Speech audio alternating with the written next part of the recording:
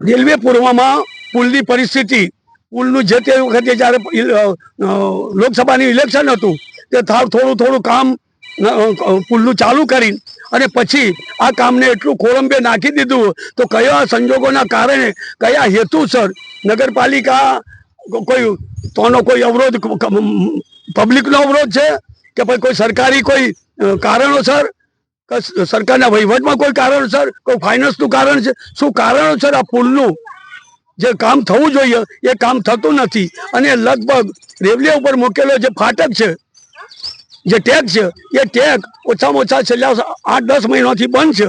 એ ટેગને ખોલતા નથી. કામ બંધ હોવા છતાં પણ પ્રજા પૂર્વની એટલી ત્રાહિમામ થઈ ગઈ છે કે ન પૂછો વાત. કોના દ્વારા અમારે આ વાતનો અમારે સંભળાવવું અને કોને ફરિયાદ કરવી? કાં તો સ્ટેટ ગવર્મેન્ટ સેન્ટ્રલ ગવર્મેન્ટનું ખાતું છે અને જો સ્ટેટ ગવર્મેન્ટ ને સેન્ટ્રલ ગવર્મેન્ટ ન કરી શકતી હોય તો અમે તો કરી શું શકવાના?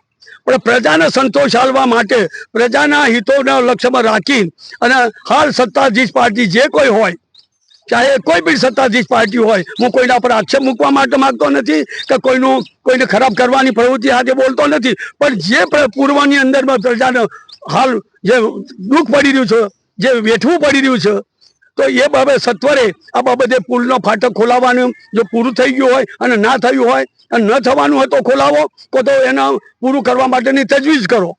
તો આ બાબતે પૂર્વના તમામ રહીશોને એનો સંતોષકારક જવાબ મળી રહે.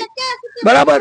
અને મારી દ્રષ્ટિએ પૂર્વ તરફ સારામાં સારી એક દલિતો વસતા હોય, તમામ કોમ્યુનિટીના બીજા પણ માણસો હોય અને ગરીબ માણસો, ગરીબ એરિયા હોય, આ બાબતે હાલની સત્તાધીશ પાર્ટીએ ખરેખર આ બાજુ નજર આપીને અને પૂર્વનું કામ કરવું એવું મારી અપેક્ષા છે અને મારું નિવેદન છે.